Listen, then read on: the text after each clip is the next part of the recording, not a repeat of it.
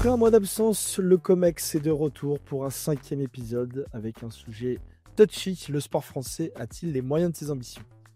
Gilles Averrousse, et oui, ce nom ne vous dit peut-être rien, ce n'est pas surprenant car c'est celui d'un ministre du nouveau gouvernement de Michel Barnier. Quasiment 3 mois après sa nomination, le nouveau ministre des Sports, de la Jeunesse et de la Vie associative s'est donc fait très discret dans ses prises de décision depuis sa prise de fonction. Dans une année marquée par les Jeux Olympiques et Paralympiques où la question des héritages matériels et immatériels est centrale, et dans une année aussi marquée par le marasme du football français, pourtant premier financeur du football en France, du sport en France même, pardon, il est donc surprenant de voir un ministre des Sports aussi peu investi dans ses fonctions. Une absence qui interroge et qui soulève une question vieille comme le monde, quelle place pour le sport en France? L'été semble déjà bien loin, puisque dans le budget proposé par le gouvernement Barnier, seuls 715 millions d'euros seraient alloués au sport, soit une diminution de 170 millions d'euros par rapport au budget précédent. Une question se pose alors, le sport français a-t-il les moyens de ses ambitions? Pour m'accompagner dans ces missions, le tonton Alex est une nouvelle fois présent, notamment dans le but de vous contextualiser un peu ce sujet très large. Alex, est-ce que tu aurais quelques chiffres à nous donner sur la situation du sport en France? Ouais, bien sûr, Val, et on peut déjà constater un fait. Dans le top 10 des plus grosses audiences de l'histoire de la télé française, on a 9 matchs de foot et la cérémonie d'ouverture des JO. Il n'y a pas de débat politique, il n'y a pas de télé-réalité, il n'y a pas de chef-d'œuvre cinématographique, il n'y a pas de croûte comique, il y a 9 matchs des Bleus et les JO. On peut donc tranquillement commencer cette intro en affirmant que ce qui rassemble le plus en France, c'est le sport. On est donc face à l'un des plus puissants leviers de cohésion sociale et tout logiquement, il devrait être considéré tel quel. Bon, spoiler alerte, c'est pas le cas aujourd'hui et c'est tout l'enjeu de notre discussion aujourd'hui. Alors, on a bien dans les années 50-60 une stratégie de démocratisation du sport avec la construction d'infrastructures. Pour information, on en compte près de 310 000 aujourd'hui, mais dont 61% des équipements ont été mis en service avant 95. Il y a aussi la mise en place des cours de PS à l'école à l'époque et une politique professionnelle de haut niveau, même si beaucoup de sportifs s'en sont plaints depuis. Alors, tout a semblé prendre un peu la poussière jusqu'à l'arrivée des JO. Il a fallu réformer en urgence en nommant notamment Claude Onesta, directeur de l'Agence nationale du sport. Mission réussie. Et pourtant, 4 mois après la fin des JO, j'imagine que tu as été plutôt surpris, Val, par la stratégie du gouvernement. Ouais, je le mentionnais en intro, le premier exemple moi, qui me vient en tête, c'est le renoncement de l'État à l'ajout de 2 heures de sport supplémentaires par semaine. Ouais, alors le ministre des Sports est revenu sur cette annonce en expliquant que le projet était simplement réévalué. Il n'empêche qu'après des JO qui ont surpris le monde entier par l'ambiance folle qui régnait, cette annonce fait un peu tâche. Et c'est un fait d'autant plus paradoxal vu l'importance qu'a pris le sport dans la société.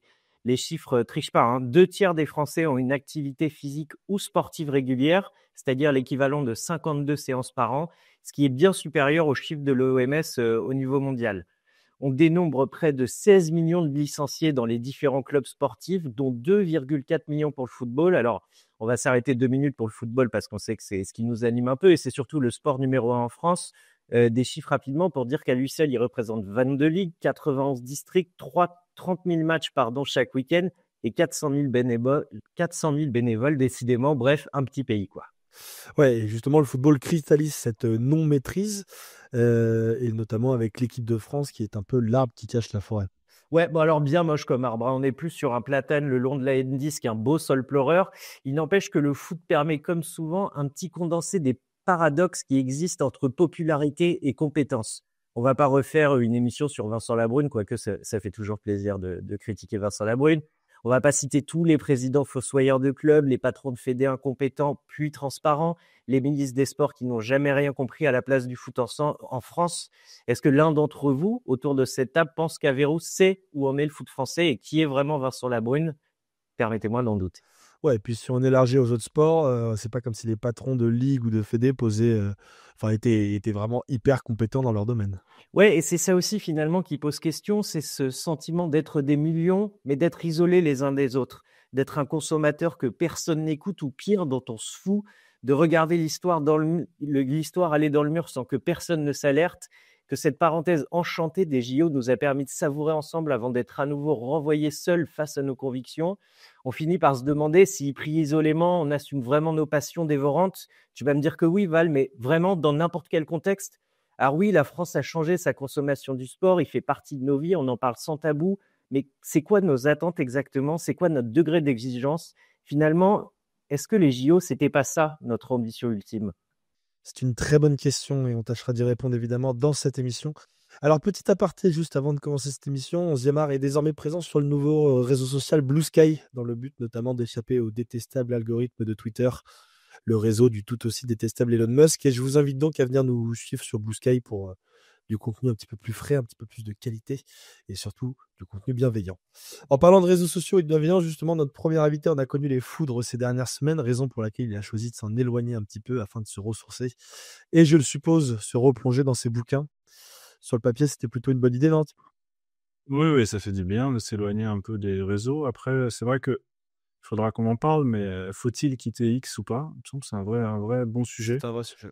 Notamment pour Euh, les grands médias d'information. Faut-il refuser la contradiction? Et jusqu'à quel degré on peut accepter le désaccord? Euh, Voir l'affrontement, c'est une vraie question. Moi, j'en ai fait les frais plusieurs fois. Non pas du désaccord, mais du lynchage, en fait. C'est ce qui rend l'algorithme détestable. Effectivement, après, se faire des réseaux, on est tous d'accord. Bon, est-ce que ça a vraiment un intérêt? Je ne sais pas. Peut-être qu'il y a les lignes éditoriales, comme il y avait des journaux avec des lignes éditoriales, il y aura maintenant des réseaux avec des algorithmes éditorialisés, mais dans ce cas-là, les réseaux sont donc des éditeurs, et donc dans ce cas-là, il faut modérer le contenu. On reviendra au Oui. départ. Bref, oui, j'en ai fait les frais, mais bon, c'est l'occasion de se replonger un peu dans les choses qui durent, comme les shaders et autres. Voilà. Je parle Voilà. pas de la Ligue 1, évidemment. Il y a quand même moins de shaders. Très bien. Bon, merci pour cette superbe intro, Thibaut. Avec lui aussi un autre invité, autre ambiance là pour le coup, puisqu'il était en slip ce dimanche soir devant ce qu'on appelle désormais le BC Nico, l'Athletic Bilbao contre la Real Sociedad. Je me demande comment est-ce qu'il va réussir à faire le lien aujourd'hui entre le Pays Basque et notre sujet du jour. Mais bon, j'espère que ça va bien, François, quand même, à part ça. Écoute, ça va forcément très bien lorsque l'Athletic rappelle que le club le plus important du Pays Basque est rouge et blanc et non bleu et blanc. Et surtout, et par rapport à toutes les questions qu'on s'est posées et tous les précédents épisodes qu'on a pu faire, un derby qui se passe dans la joie, sans débordement. J'aimerais que le président de la Ligue de football professionnel regarde ce qui se passe de l'autre côté des Pyrénées parce que c'est encore possible. Et on devrait s'en inspirer, Oui, mais tu c'était triches. vraiment, vraiment bien. Tu triches, c'est des clubs basques qui sont tous amis, c'est pas un vrai derby, c'est faux. Et le but est toujours de viser l'excellence, c'est l'essence même du sport. Voilà, exactement. Enfin, sachez que cette émission ne se fera qu'à 4 aujourd'hui et non à 5 comme habituellement, car nous avions initialement invité Pierre Rondeau pour parler de son nouveau livre nommé Les Français et le sport, bâtir une nation sportive, le défi français, notamment dans le but d'avoir une pluralité d'opinions. Mais Pierre a décidé d'annuler sa venue dans l'émission à la dernière minute, et c'est la raison pour laquelle nous ne serons que 4 ce soir, ce qui n'empêchera évidemment pas l'émission d'être de grande qualité, comme toujours sur cette chaîne. Le sport français a-t-il les moyens de ses ambitions? C'est donc le 5e épisode du COMEX.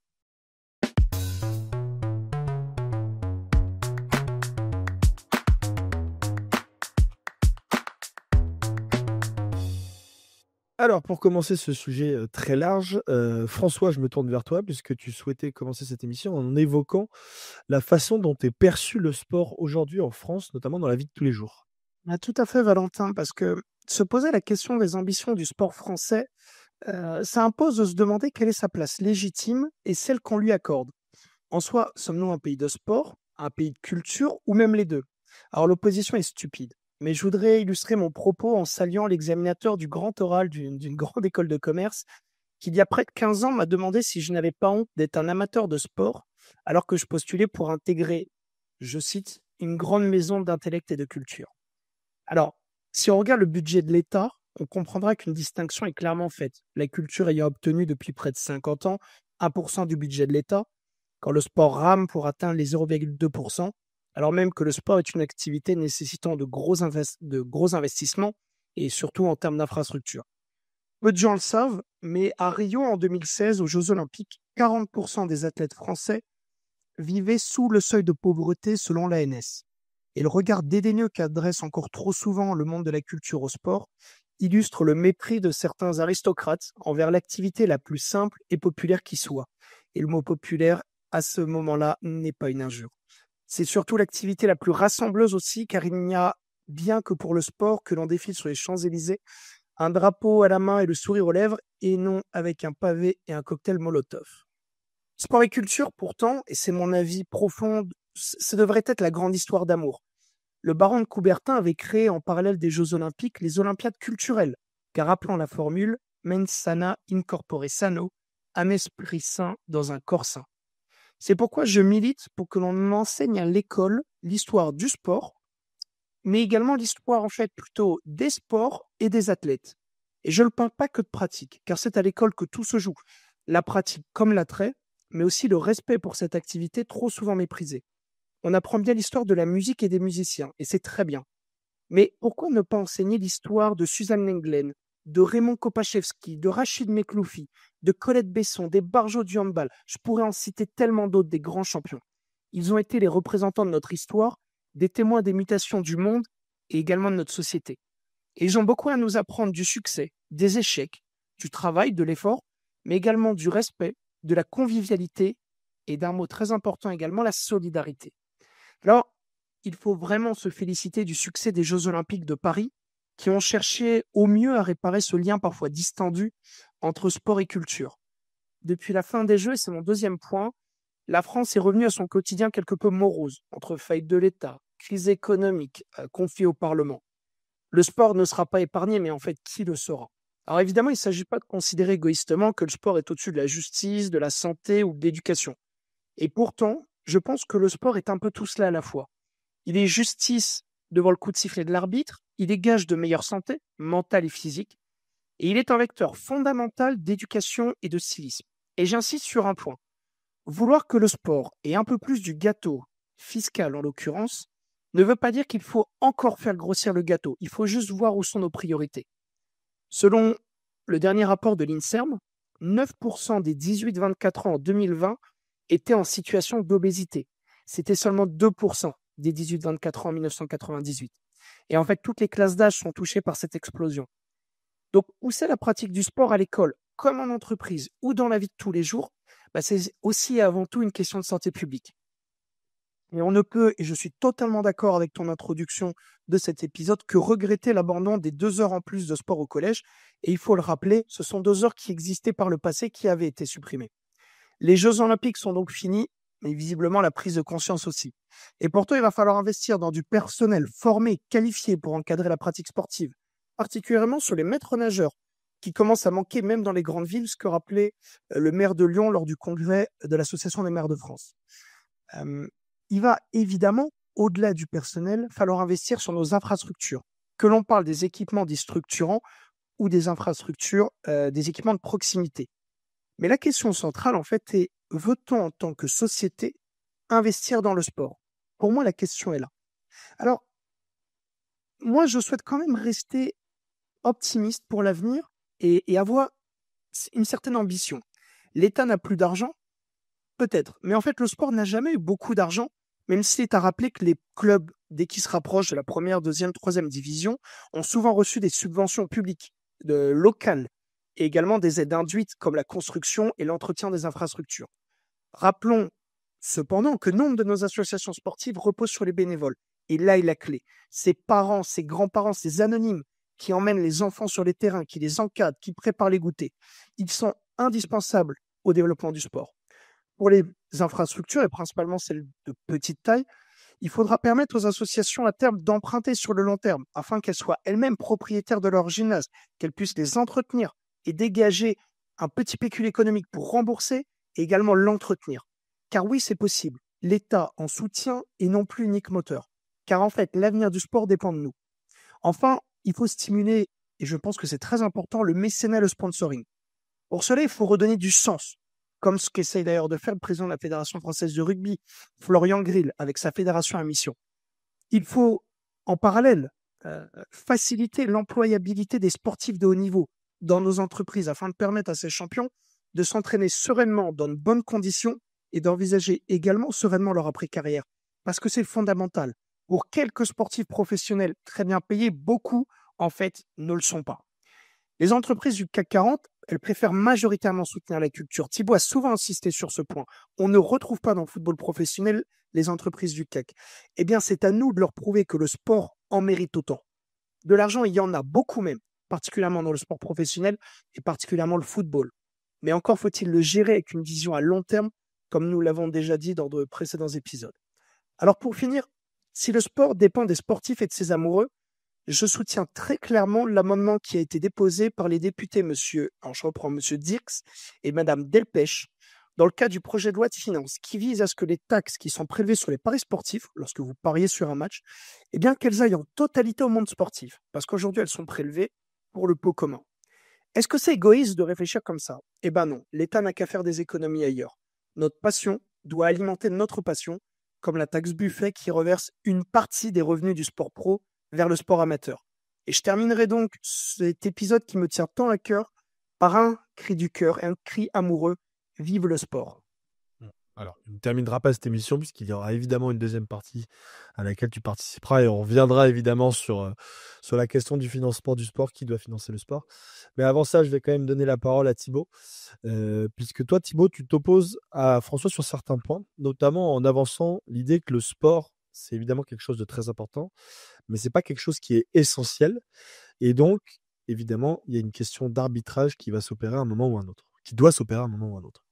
Il ne peut pas y avoir plusieurs priorités d'égale importance. Il ne peut pas y avoir l'éducation, l'inclusion, le budget militaire, l'industrialisation de la France, que sais-je encore, le handicap, etc. Tout ça au même degré, au même niveau. Il ne peut pas y avoir aussi le pass culture, il ne peut pas y avoir tout un tas de priorités qui soient toutes prioritaires, si je puis dire. Le sport, effectivement, tu l'as dit, un moteur essentiel dans la question du sport santé, dans aussi l'équilibre psychique, dans l'équilibre social aussi. Il rassemble, tu l'as dit, je ne cesse de le répéter à tous les micros. C'est un élément de commun essentiel dans un monde où le commun fait de plus en plus défaut. C'est un des rares lieux où on fait encore du commun, c'est-à-dire une communauté dans laquelle on ne s'arrache pas, dans laquelle on ne se déchire pas, dans laquelle on se retrouve au nom d'une idée, qui peut être la compétition, qui peut être la grandeur d'une équipe, qui peut être la grandeur d'un jeu. Sur ce plan-là, je suis totalement d'accord avec François. Je serais très mal placé pour dire le contraire. Ce qui me gêne en revanche, c'est que je trouve plus discutable, au nom de cette importance morale, au nom du statut qu'a acquis le sport depuis, disons, une vingtaine d'années, depuis au moins 98, au nom de ce statut d'exemplarité, au nom de ces principes moraux, je dis pas éthique, je dis bien moraux, il faille décliner toutes les autres priorités. Qu'il faille que toutes les autres se mettent au diapason, ou qu'on refuse, par exemple, tu l'as dit dans ta conclusion, François, qu'on refuse même d'envisager l'idée qu'il puisse être logé exactement à la même enseigne que les autres disciplines. Personnellement, il me semble tout aussi urgent, voire beaucoup plus, de résoudre, par exemple, un des problèmes d'éducation nationale, par exemple, une statistique récente, 49% des élèves de 4e arrivent des 49% des évaluations des élèves de 4e montrent que ils ne maîtrisent pas les savoirs fondamentaux, c'est-à-dire ils lisent très mal et ça va pas de compter. Voilà. C'est-à-dire un élève sur 2 en 4e. Moi, je veux bien qu'on rajoute du sport. Mais à la place de quoi? À la place des maths, à la place du français, à la place de l'histoire, à la place de l'éducation civique. Rappelons que les programmes d'éducation civique sont eux-mêmes chargés de tout un tas de résoudre tous les maux de la société, de l'islamisme en passant par l'histoire des institutions, la politisme, le populisme, etc. Donc on lui demande de résoudre tous les problèmes. Au pro d'histoire, on lui demande de régler tous les problèmes de la République. Maintenant, on va demander au sport de régler tous les problèmes de la société. Je ne crois pas que ce soit la mission du sport. Je conçois que ce soit important, mais j'ai du mal à le placer dans l'échelle des priorités, ce n'est en bas de l'échelle des priorités. Non pas que le sport soit pas important, mais la preuve est faite qu'on a beau avoir une politique sportive, on a quand même un taux d'obésité qui explose, on a quand même un taux de dépression qui explose. On voit bien qu'il n'y a pas de corrélation très claire dans les chiffres entre la pratique de l'un et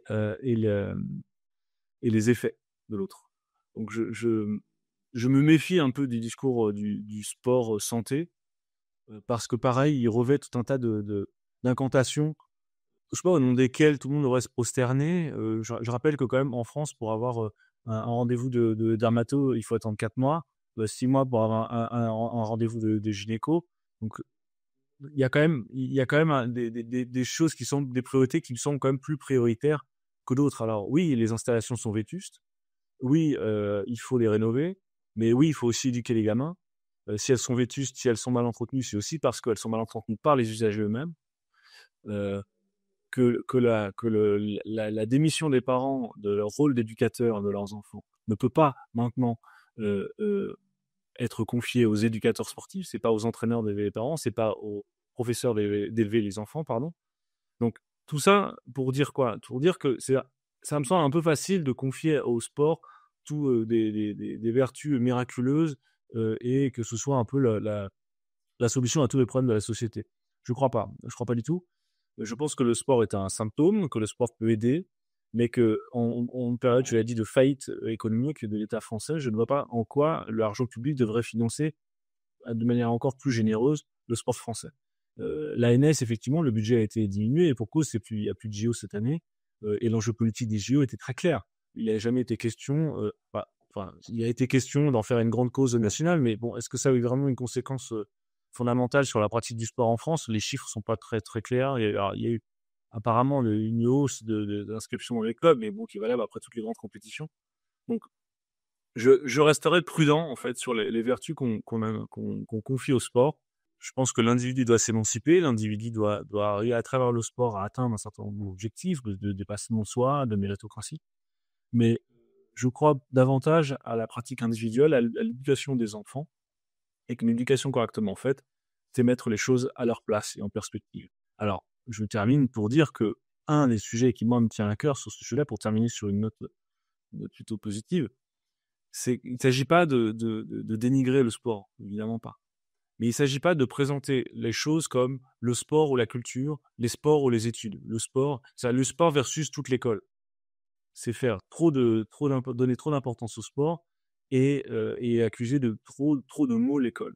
Le sport a sa place à travers l'EPS à l'école. Il devrait peut-être en avoir plus, mais je pense pas qu'il en devrait avoir plus de cours d'EPS que de cours d'histoire ou de cours de maths. Pour moi, les savoirs fondamentaux sont essentiels parce que si on ne sait pas parler, si on ne sait pas compter, on peut pas jouer au foot, on peut pas jouer au tennis, on peut absolument rien faire, on peut même pas faire un citoyen. Donc la priorité du sport devrait être de ramer, si je puis dire, dans le sens de l'éducation également. On a de cesse de parler de la politisation du sport et de la politique, des usages politiques du sport, de soft power. On a oublié l'usage principal et premier historiquement du sport, qui était l'usage éducatif. Les sports ont été créés dans des écoles, ont été créés dans des internats, avec des fonctions très précises. On s'est éloigné de cette fonction éducative au profit d'une espèce de notion vague de sport santé, mais on a du mal à comprendre ce que ça veut dire. Je rappelle que le premier sport pratiqué en France, c'est la marche. Comment on évalue, comment on peut compter le nombre de marcheurs? Enfin, excusez-moi, mais les statistiques, je vais t'épancher, celles qui sont avancées par Pierre Rondeau dans son bouquin, sont extrêmement contestables, en fait. On n'a aucune définition de sport. On ne sait pas si le 100 mètres en charentaise est considéré comme un sport autant que la marche, le vélo ou le football. Donc, tout ça ne veut rien dire, en fait. On se congratule en se disant qu'on est une nation sportive ou pas, ou alors on le déplore pour réclamer plus de budget. Tout ça sont des positionnements politiques. Je crois que si on veut raison garder et si on veut être mesuré, il faut prendre ce que le sport a à nous offrir, c'est-à-dire une certaine éthique du comportement, une certaine éthique de vie, mais il ne faut pas avoir une position totalitaire à l'égard du sport, le sport qui va régler tous les problèmes. Eh bien, c'est bien, ce sont des sujets qui seront source de débat pour notre seconde partie. Je vous propose qu'on prenne juste un petit temps de respiration, qu'on discute un petit peu de notre partenaire et que Alex nous prenne un petit peu de temps aussi pour nous résumer ce que vous avez dit en première partie.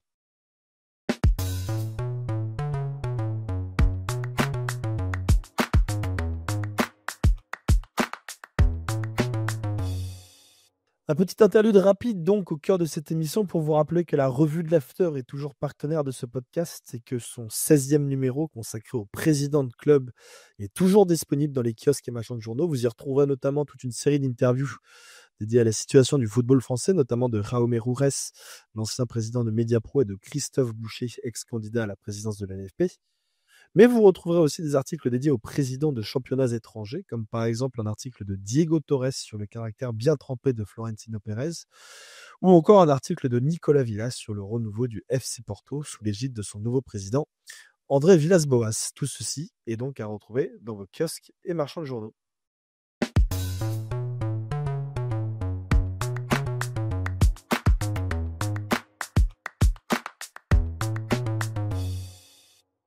Les amis, deuxième partie de notre podcast du COMEX. Je vous le rappelle sur notre sujet du jour, le sport français a-t-il les moyens de ses ambitions?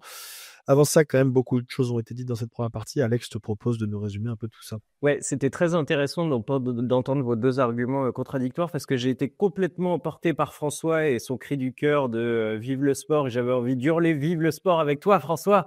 Et juste après, Thibaut m'a bien calmé, mais avec des arguments qui sont toujours très justes. François, si je me permets de résumer ton propos, tu expliques que opposer la culture au sport est stupide, que depuis 50 ans, la culture, c'est 1% du budget de l'État, quand le sport est seulement à 0,2%. Tu rappelles cette stat folle que j'ignorais, qu'à Rio, 40% des athlètes français vivaient sous le seuil de pauvreté, et tu proposes finalement pas mal de solutions dans ton développement. Tu proposes que l'État devienne davantage un soutien et plus seulement un moteur en créant une forme d'autonomie pour les associations. Tu proposes de faire également appel à des mécènes et notamment du CAC 40 qui sont pas assez présents dans l'environnement du sport. Finalement, tu proposes des solutions pour une meilleure redistribution des richesses. Quant à toi, Thibaut, tu dis qu'il ne peut pas y avoir plusieurs priorités d'égale importance. Tu as tout à fait conscience de la puissance du sport et de cette notion de communauté qui s'entend. Mais ce qui te gêne, c'est qu'au nom du statut qu'a acquis le sport depuis 98, on ne peut pas le mettre au même niveau de la lecture, surtout quand la lecture est aussi en danger en France. Alors pour toi, la mission du sport, c'est pas une solution miracle à tous les problèmes de la société. C'est pas aux profs d'élever les enfants et encore moins à l'éducateur sportif. Tu dis bien qu'il ne s'agit pas de dénigrer, mais simplement de laisser sa juste place au sport. Excellent résumé. Merci beaucoup, Alex, pour ce résumé très concis et très clair. Je vais me retourner vers toi, François, et je voulais notamment avoir ton avis par rapport à ce que vient d'avancer Thibaut sur les questions d'arbitrage que l'on doit faire sur le sport. Quel est ton avis, toi, là-dessus? Mais l'avis de Thibaut est extrêmement juste, mais je pense pas qu'ils soient en opposition avec ce que j'ai dit. Parce qu'en fait, quand on parle est-ce qu'on parle du sport français ou du sport des Français? Parce qu'en fait, dans la pratique, lorsque moi je dis qu'il faut qu'on travaille sur nos infrastructures, et c'est là où l'État a un rôle, c'est dans tout ce qui est de la grosse infrastructure, pour aider à ce que les Français puissent pratiquer une activité physique. Pour moi, l'État n'a pas, et si tu veux mon opinion particulière, n'a pas à soutenir les clubs professionnels. Je considère que c'était pas à l'État de soutenir les clubs parce que les difficultés de médias pro. Alors évidemment, il y a eu la politique du Covid. On a empêché les entreprises de faire venir leur public. Mais pour moi, l'État n'a pas à investir dedans. L'État doit être sur une réflexion globale de société pour garantir la meilleure santé de tous. Après, je rejoins totalement Thibaut dans son propos. Le but n'est pas de substituer le coach sportif aux parents. C'est aux parents d'éduquer leurs enfants. L'école est là pour les instruire, pas pour les éduquer. La différence est fondamentale. Malheureusement, elle a été très oubliée aujourd'hui. Mais je ne pense pas qu'on soit complètement en opposition. Par contre, sur sport santé, on aura l'occasion d'en parler. Je pense quand même que d'un point de vue de l'État et surtout un État en faillite, une population en meilleure santé, c'est une population qui est moins en arrêt de travail, qui consomme moins de médicaments. Donc, de ce point de vue-là, je pense que le sport, appelons ça peut-être l'activité physique, parce que le sport avec un grand S, avec les modèles dont Thibaut parlait, on parle que du sport professionnel qui est visible à la télévision. Or, le sport, c'est beaucoup plus que ça. Ce n'est pas que ce que vous avez vu cet été. C'est l'activité physique que vous pouvez faire entre potes lorsque vous allez dans un five. Mais pour pouvoir faire un five, il faut qu'il y ait des investissements, qui d'ailleurs très souvent en région Île-de-France sont privés. Donc c'est toute cette logique-là où moi je ne pense pas être foncièrement en opposition avec Thibaut. Par contre, voilà, il faut réussir à trouver quelle est la juste place de l'État. Et je suis d'accord, on n'a pas à tout attendre. D'où, quand je parlais de mécénat, il faut donner envie aux mécènes d'investir dans le sport. Je ne suis pas sûr, Alex, que c'était une logique de redistribution des richesses. Parce que quand j'en appelle aux mécènes, c'est au bon vouloir. Il ne faut pas forcer les gens. Si les gens ne veulent pas donner parce qu'on ne leur donne pas envie, ils n'iront pas. Sauf que les fédérations qui travaillent le mieux, et je vais m'arrêter là-dessus pour laisser Thibaut répondre, les fédérations qui travaillent le mieux sont celles qui donnent envie par des projets de travail social, éducatif ou autre. J'ai parlé de la Fédération française de rugby et c'est très parlant. Ce que Florian Grill a développé initialement lorsqu'il était président de la Ligue Île-de-France de rugby et qu'il essaye de mettre maintenant à profit au sein de la fédération, par exemple, ce sont les job dating où le sport est un argument qui permet à Pôle emploi de créer du lien entre entreprises et chômeurs de longue durée. C'est le rugby santé qui aide souvent des femmes qui souffrent de cancer à essayer de retrouver une activité physique qui en fait est très bonne dans le traitement. Donc c'est là où je pense que le sport a un rôle, c'est d'être un acteur dans la société. Il n'est pas l'alpha et l'oméga de notre pays, mais je pense qu'il mérite plus de respect dans sa conception, et surtout dans l'héritage qu'il peut apporter à la société. Oui, alors là-dessus, je te retrouve complètement, effectivement, le sport comme accompagnement et c'est-à-dire comme rééducation. Mais on revient sur la fonction éducative du sport, soit pour éduquer, soit pour rééduquer, soit pour accompagner. Ça, je te retrouve complètement. Simplement, il faut bien comprendre qu'en France, à mon avis, il y a deux logiques. La logique, par exemple, du mécénat, et à une conséquence, c'est qu'il n'y a pas de régulation, très peu, de l'État. Donc ça veut dire que certains sports vont être privilégiés plutôt que d'autres, ce qui, dans un pays républicain, un État républicain comme le nôtre, est quasiment insupportable. D'ailleurs, le modèle sportif français se construit avec cette idée républicaine que un sport égale un autre sport.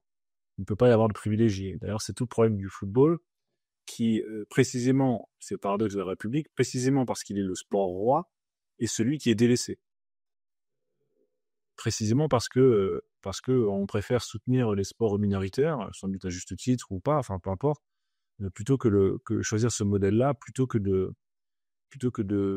disons, là on le voit bien avec la LFP, d'intervenir et de réguler ce qui pourtant est de son ressort. De réguler Juste pour te couper, Thibaut, pour donner Ouais. une illustration statistique de ce que tu dis, il y a Mhm. un classement qui existe qui s'appelle le Greatest Nation Index, Index, je sais pas quoi, bref, qui en gros calcule la place de chacune des nations dans l'échiquier mondial par rapport à sa puissance dans tous les sports qui existent.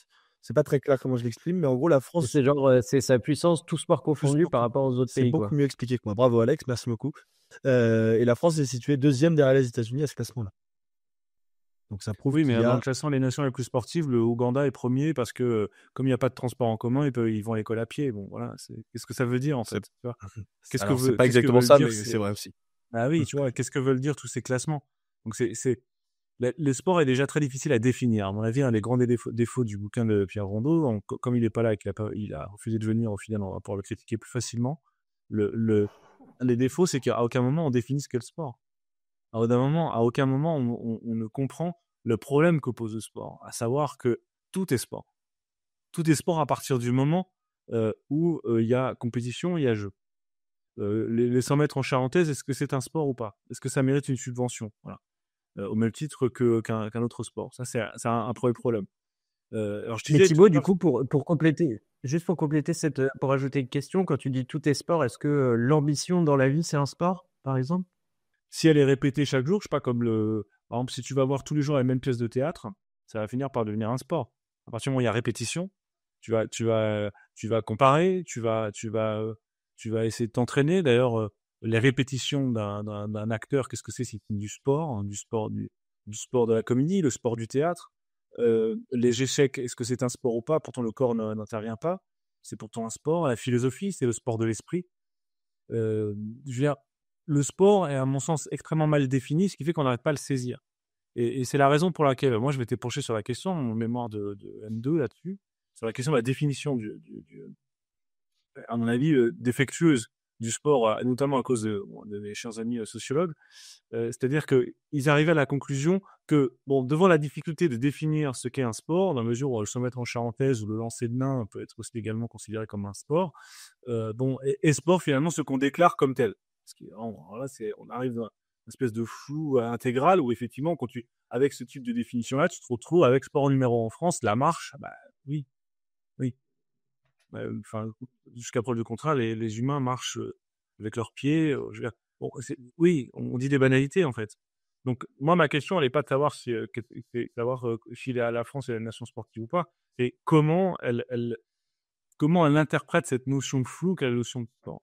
Et on voit bien que tout ça est flou. Elle a besoin sans arrêt de la définir. Alors pendant les JO, elle a besoin de lui donner une fonction. Pendant les JO, c'était la grandeur de la France, Paris, la ville lumière, on sait organiser des compétitions, hein, plus ou moins. Maintenant, c'est le sport santé.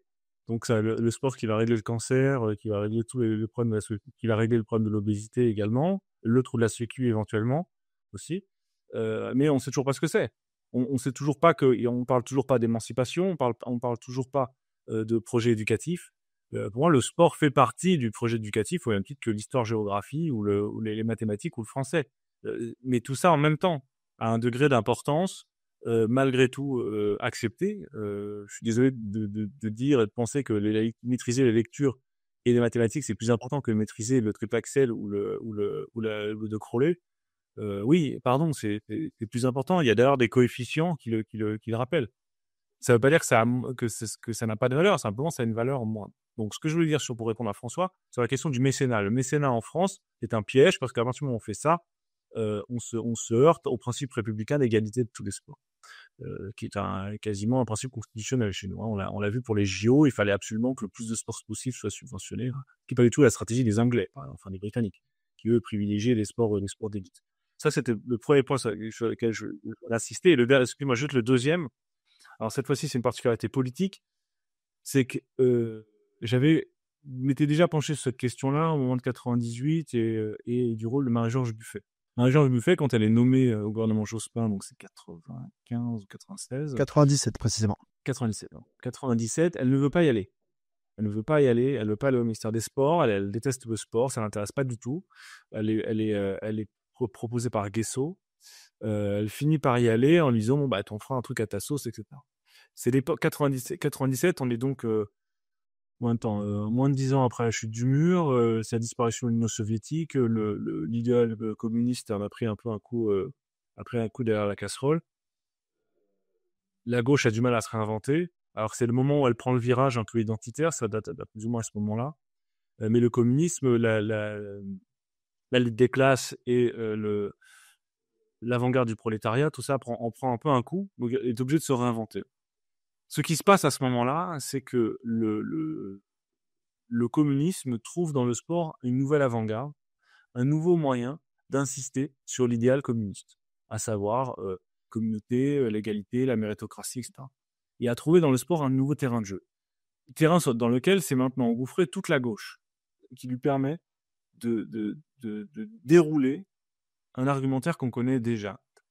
Un exemple. Je termine sur cet exemple-là. Pierre insiste dans son bouquin, et comme à l'unisson d'à peu près tous ses camarades, qu'il faut absolument arrêter avec l'apolitisme du sport et que le sport est politique. Et qu'il faut donc que les sportifs, les hommes politiques, se saisissent du sport comme d'une matière politique, au même titre que l'éducation, la santé, etc. Donc, en gros, qu'il faut s'engager. Ils engagent tous les sportifs à s'engager à travers le sport. Question, qu'est-ce que vous appelez l'engagement ? Est-ce que c'est s'engager à gauche ? Deuxième question, qu'est-ce qu'on dirait le jour où un footballeur, Léon Marchand et Kylian Mbappé appelaient à voter Front National ? Est-ce que ce serait toujours de l'engagement ? Parce que politiser le sport, vouloir absolument le politiser, en faire un champ de lutte partisane, c'est s'exposer à ça. Est-ce que c'est ça qu'on entend par l'engagement politique ? On a le droit de s'engager pour le Rassemblement national tant qu'on respecte la loi. C'est autorisé en France. Je suis pas sûr que Thibaut, pour te répondre, je suis pas sûr du tout que sur cette question-là, l'engagement politique repose sur l'engagement pour un parti. Mais c'est plutôt l'engagement. C'est précisément pour ça que je voulais retrouver les citations de Pierre dans le texte, parce que les termes qui sont employés, la manière d'envisager l'engagement, c'est un engagement évidemment au nom des idéaux de méritocratique, des idéaux d'émancipation individuelle, etc., et non pas aux idéaux nationaux, pas les idéaux patriotiques, pas les idéaux de la préférence nationale. Donc moi, je défends aucune idéologie. Je dis simplement, il faut arrêter avec cette espèce de refrain qui consiste à dire le sport, il faut s'engager dans le sport, les sportifs. Moi, c'est pour ça que je suis assez contre les sportifs qui donnent leur avis sur la politique, parce que je trouve que à partir du moment où on attend d'eux qui disent finalement la même chose que vont dire les politiques de gauche, mais ils ont le droit de dire d'être à droite, les sportifs. En fait, moi, je pense que c'est pas ça. Je pense que l'engagement politique dans le sport s'apparente plus à un rôle un peu syndical, si on peut dire, c'est-à-dire de défendre une cause dans l'idée d'avoir plus de moyens. Et c'est exactement ça, je pense, que veut dire Pierre, c'est-à-dire, et Marie-Georges Buffet est exactement dans cette démarche-là aussi, de toujours militer pour que, par exemple, le budget du sport en France représente 1% du budget total. C'est l'idée de négocier, de s'engager politiquement pour militer pour plus de moyens en permanence, pour développer un secteur qui est important, quoi qu'on en dise, même si j'entends tout à fait ton arbitrage sur la question de l'éducation. Mais je pense que c'est pour ça que je dis syndical, c'est-à-dire que les syndicats demandent toujours plus que ce qu'ils peuvent avoir. C'est ça la question. Et je pense que c'est un rôle de militantisme, en fait, politique. Non, mais au-delà de ça, je pense que comme les artistes ou autres, chacun a le droit de se taire et la démocratie, c'est laisser à chacun le droit de se faire une opinion et de lire les programmes.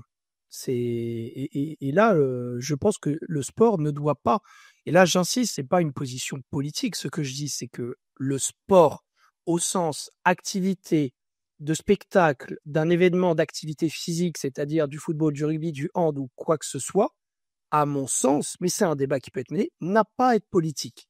Parce que, comme je le disais dans la première partie, c'est devenu pratiquement une des seules causes sur laquelle on arrive à se rassembler, mais qui est complètement apolitique. Parce que c'est nos joueurs avec un maillot de la couleur bleue, ils jouent pour notre équipe et on va les supporter. Pour moi, un sportif ou un artiste n'a pas à donner il peut donner en tant qu'individu son point de vue. Chacun est libre de débattre. Mais il ne faut pas qu'un sportif, de par son statut, ait une quelconque, entre guillemets, autorité. Moi, c'est ça qui me gêne. Mais c'est comme dans toute activité. C'est la démocratie, la liberté, et la liberté, je pense, peut-être la valeur la plus, comment on dit, infravalorado, comment on dit, sous-estimée, Déprimé ou en fait. sous-estimé? Elle est sous-estimée parce que c'est la plus importante. Chacun est libre.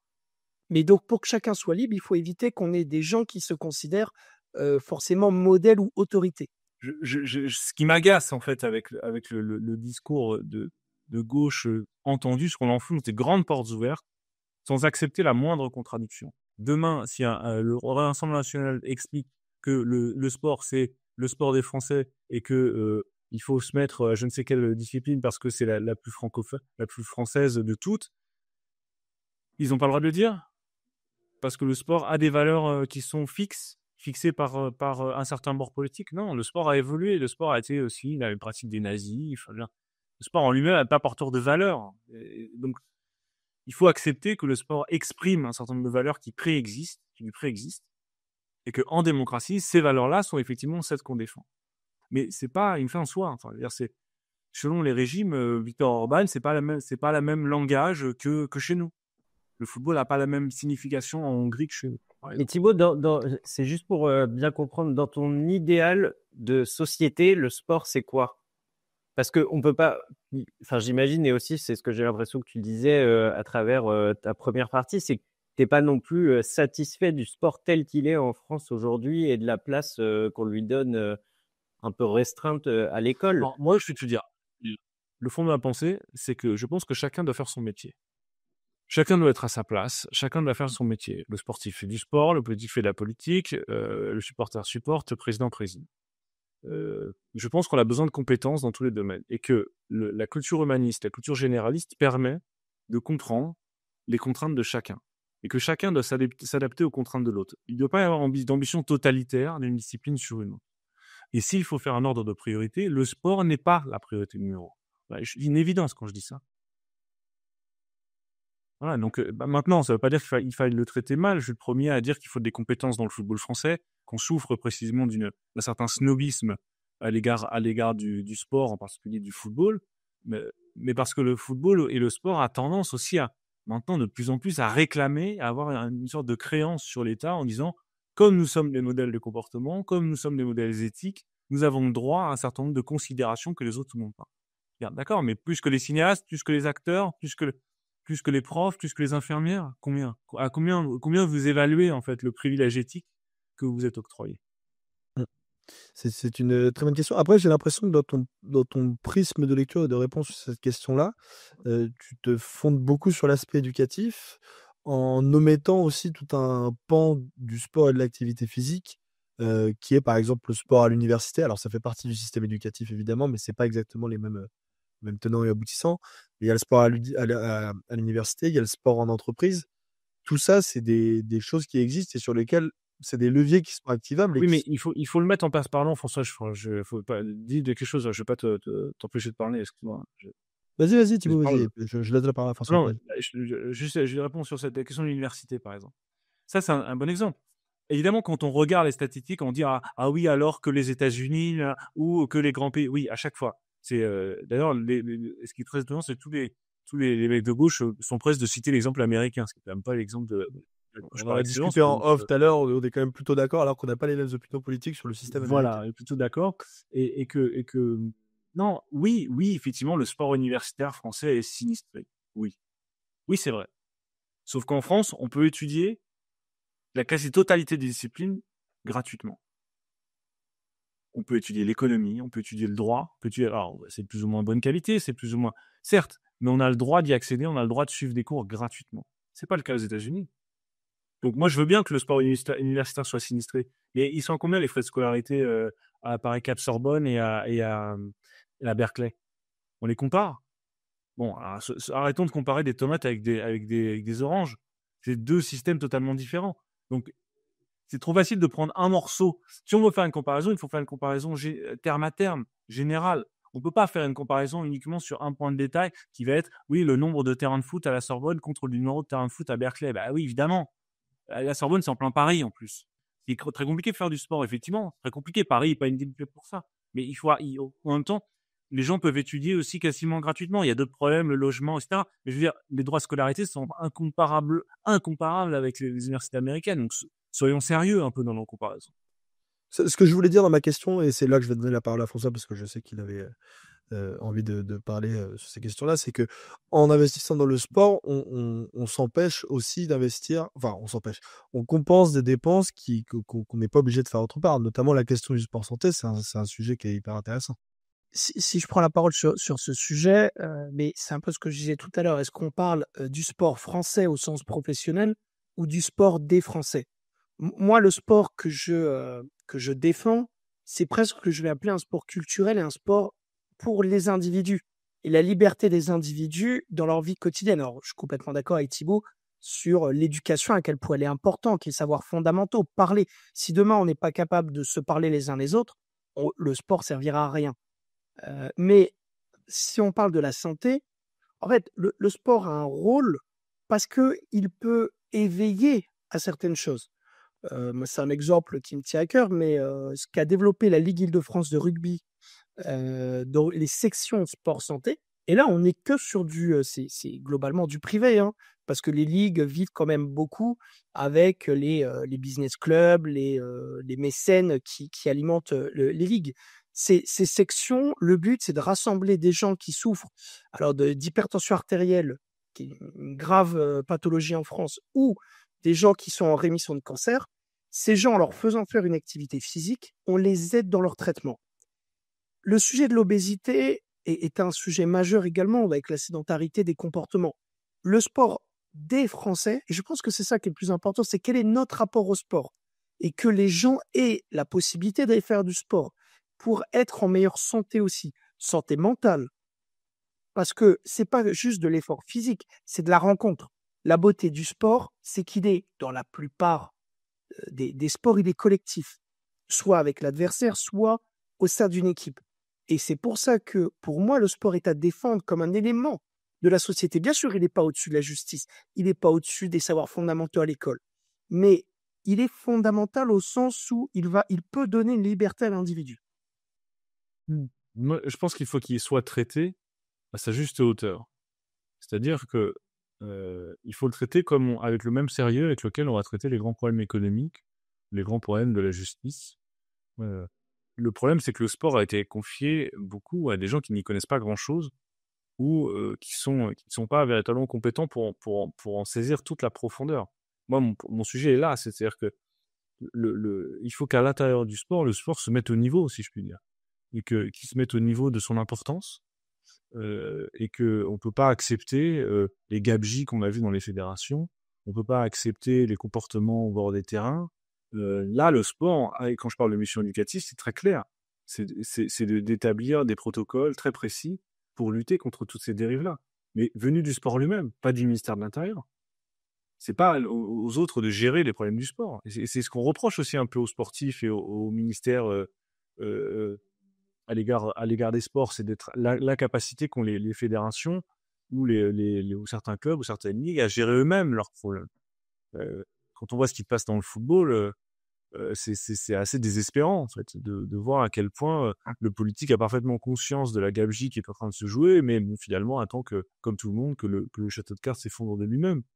Donc je trouve ça un peu prétentieux de la part des sportifs de vouloir de réclamer autant de privilèges, mais je trouve aussi dommage que les autres acteurs ne regardent pas le sport peut-être avec un peu plus de sérieux et un peu plus de volonté de contribuer à le faire progresser.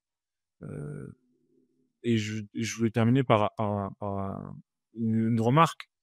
On reproche beaucoup aux élites intellectuelles de regarder le sport un peu par-dessus l'épaule et d'un certain mépris, un certain snobisme à l'égard du sport et des sportifs. Mais moi, je dirais que c'est valable aussi dans l'autre sens. C'est-à-dire que le sport et les sportifs regardent aussi un peu par-dessus l'épaule les politiques. Ils disent « Ah, ils vont venir nous récupérer. Ah, ils vont venir utiliser ce qu'on a fait. » Ils regardent un peu de haut aussi, les nouveaux investisseurs. Ah, ils n'y connaissent rien, les nouveaux supporters. Ah, les footix. Il y a l'idée d'un double snobisme qui se fait face.